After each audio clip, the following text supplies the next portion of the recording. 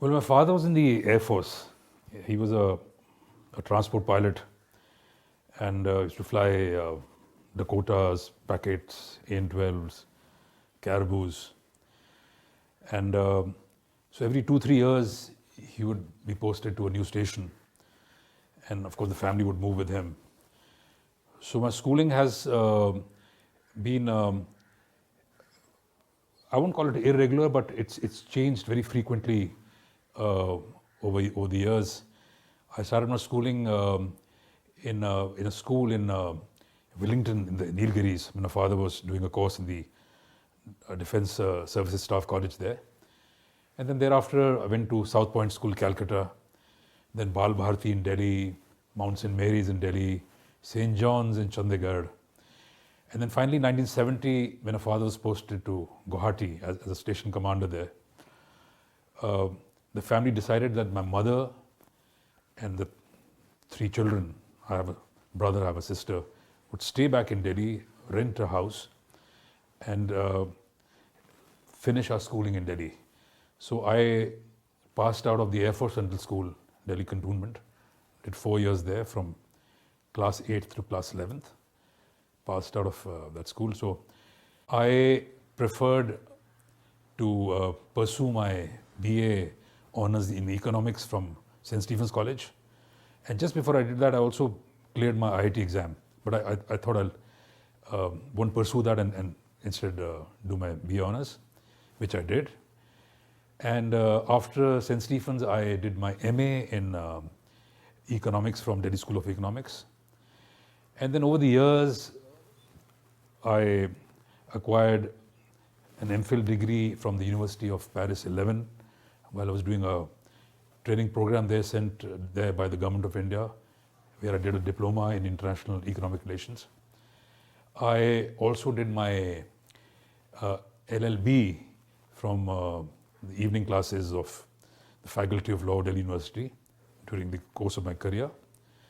So it's been a very, very interesting, exciting career that I've had. In 2008, I decided to take a VRS, and I then joined a media company as President, Corporate Planning and Operations, where I was handling various assignments, various departments. And 2017 December, I finally retired from the company, and now I've set up my own tax and legal advisory firm. So how did the IRS happen? So, like I said, we were infused with this sense of public service from the very beginning when my father was in the Air Force. And I was always very keen to join the Government of India. So after my MA in Delhi School of Economics, I took the exam. Of course, I'd preferred, I'd been given an option for the IFS and the IES. I didn't get a high enough score for those services, but I got the income tax service, which I had opted for. And I think amongst all the central services, the income tax service is probably the best one from various angles. Now, one service which has a very, very vital, immediate, intimate connect with the nation and with the common man is the tax service. And it's this connection which can then enable one to do a very good, useful service towards the nation building, not only revenue generation, but also industrialization, development, regional development, export promotion, encouragement of savings. There's so many things, so many purposes, so many things that can be accomplished with the proper policies and regulations that the Income Tax Department can adopt and use for the betterment of the nation. And as far as the individual is concerned, the taxpayer, there's so many things we can do to make taxes reasonable, certain, uh, make tax paying painless exercise, make the department transparent, responsive. You know, like somebody very rightly said that taxes should be collected like the honeybee collects nectar from a flower without destroying the flower. So that's the goal, that's the mission of the department, to collect taxes in a manner which are fair and transparent, not to harass the tax payer, and to have policies in place which promote nation building. So I thought with these goals, the tax department would be the best fit for the kind of work I wanted to do. We have a world-class training institute in Nagpur. We taught law, we taught accounts, we taught management, we taught administration. We are exposed to the best practices in the world. We, as part of the training, are also sent abroad for a short stint. So you know exactly what's happening outside. During the course of the service, there are again many trainings that are conducted abroad. So you are exposed to the best that there is in the world in these kind of departments and in these kind of subjects that you're taught. And the sheer kind of work that you handle in the tax department, from assessments to appeals to policy making to administration, is just mind-boggling. And the work is very, very interesting. Investigating the accounts, finding out concealment from the accounts, on a raid trying to find out where valuables are hidden, and when you're doing policy making in the Central Board of Direct Taxes, finding out what kind of policies will suit the country, what are the kind of priorities we have. I'll give you an example. When I was in Delhi, I was handling a big market here. So we were handling shops. I went to Bombay, I was handling big public sector banks and financial institutions and foreign companies. You know, a switch from a small market in Delhi to the other end of the corporate ladder. And then I came to Allahabad. I was handling the appeals of stone crushers, brick kilns. I went to Banaras, handling trusts, temple trusts. So the sheer kind of, the kind of work profile that you deal with, it's a very, very enriching experience. Now, while I was in Bombay, we also handled the Harshad Mehta scam. Now, how many people get an opportunity, a chance to not only study what happened, then try and find out the taxability aspect of it, and then carry out investigations, tax the entities that are involved, and then have the pleasure of seeing how this kind of work was supported in other stages, in later stages, in appeals and so on, and how the board supported us, agreed with what we were doing. So these are the kind of, extremely enriching, pleasurable work that we do. Also, of course, being mindful of the fact that we shouldn't be harassing the assessee. We shouldn't be. We should be doing the right thing by him. But while doing all that, this kind of work is certainly very, very interesting, which no other service can offer. So after retirement also, the kind of experience that you had, the kind of exposure you had, the kind of things that you've been taught can stand you in very, very good stead. I'm practicing. There are people who join companies, there are people who join legal firms, very, very prestigious ones, accountancy firms. There are people who join um, settlement commission or the authority for advance ruling. So the kind of job opportunities you get after retirement are again huge. So, that professionalism they instill in you works to your advantage while you're in the service and thereafter. Because after retiring, doing practice is something much better than what a CA or a lawyer can offer, because you've seen the other side of the table.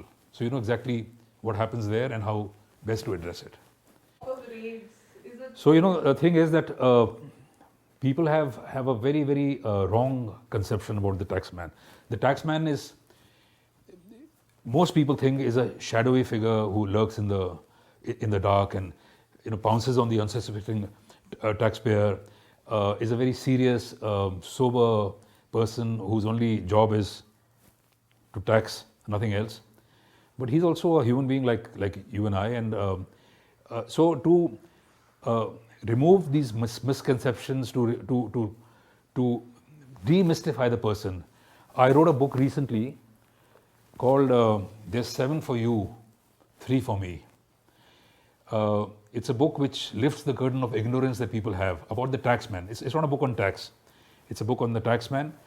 The style is very racy. It's irreverent. It's humorous, as a counterbalance to the kind of serious work that they do.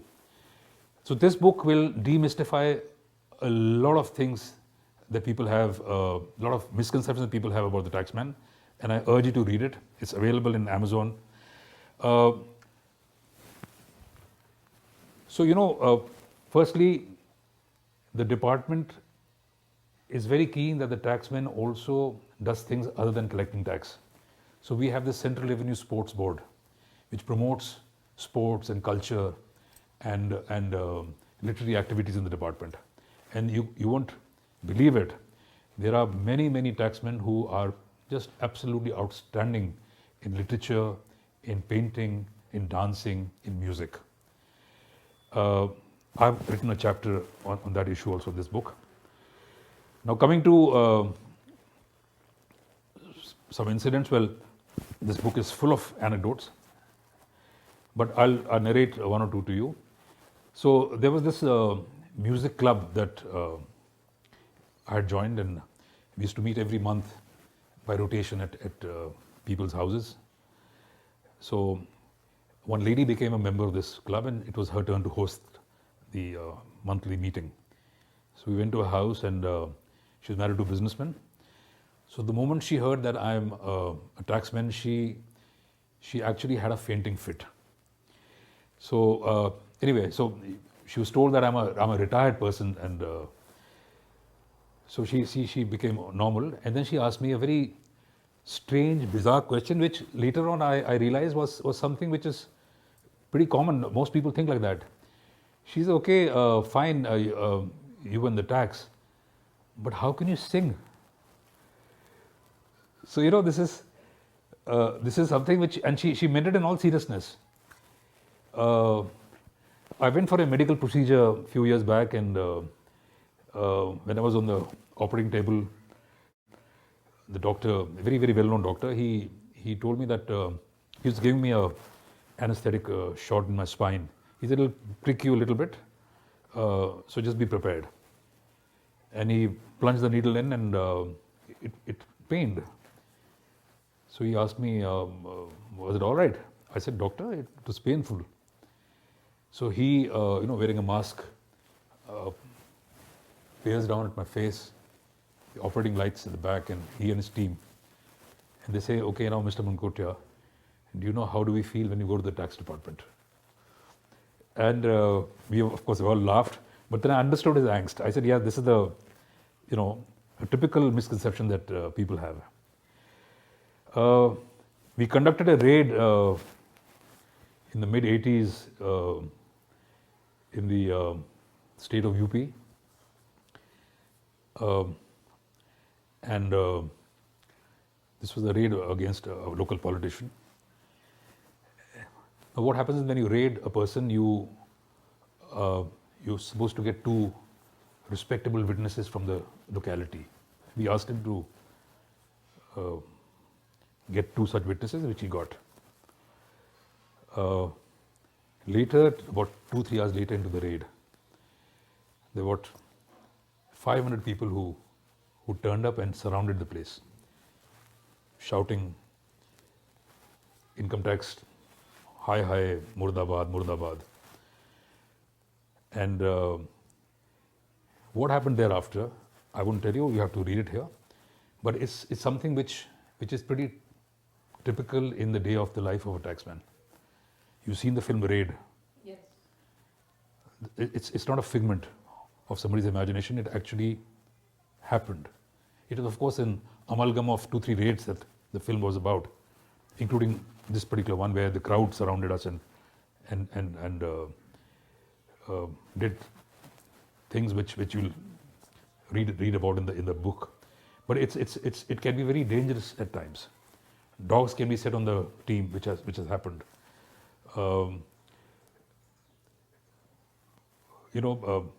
The ways, the most innovative ways in which they hide their cash, their valuables. It's a battle of wits. So it's very, very interesting the way these things unfold and of course very, very interesting things happen during raids where and it's not something which happens only in particular houses. It happens across where certain things are just so typical of India, so typical of Indian households, comes to the fore during such raids. Where there's jewelry being found in somebody's room and you being requested by that particular nuclear unit in that room not to reveal what you found to the other members of the family. Or cash having been found, which is the wife's pin money, which the husband also is not aware of. Or with the pin money, she's probably bought some jewelry, which the husband is not aware of, which only gets known to the husband when the stash tumbles out of her almirah, or from her canister in the kitchen, or from under her sarees. So these kind of things are very, very typical in a raid. It's a very thankless kind of a job. We feel very, very uncomfortable about it, but somebody has to do it. It's something that happens rarely. It's the biggest kind of infringement on somebody's rights. We are not very happy about it. We are uncomfortable, but we do it in a professional manner. We do it to the best of our ability. We know it's a thankless assignment. In fact, our entire job is thankless. And so that's something which is an abiding part of our job. But somebody has to do it, and the thing is to do it as well as you can, without fear or favor, making sure that you do the right thing by the assessee, do not make high-pitched assessments, collect taxes only that are due from the person, make sure that you don't misuse your power, make sure, of course, that you're absolutely transparent and upright and honest. That's very, very critical. There's a song of Dev Anand from the film Hum Dono, which has been my guiding philosophy. मैं जिंदगी का साथ निभाता चला गया, हर फिक्र को धुएं में उड़ाता चला गया.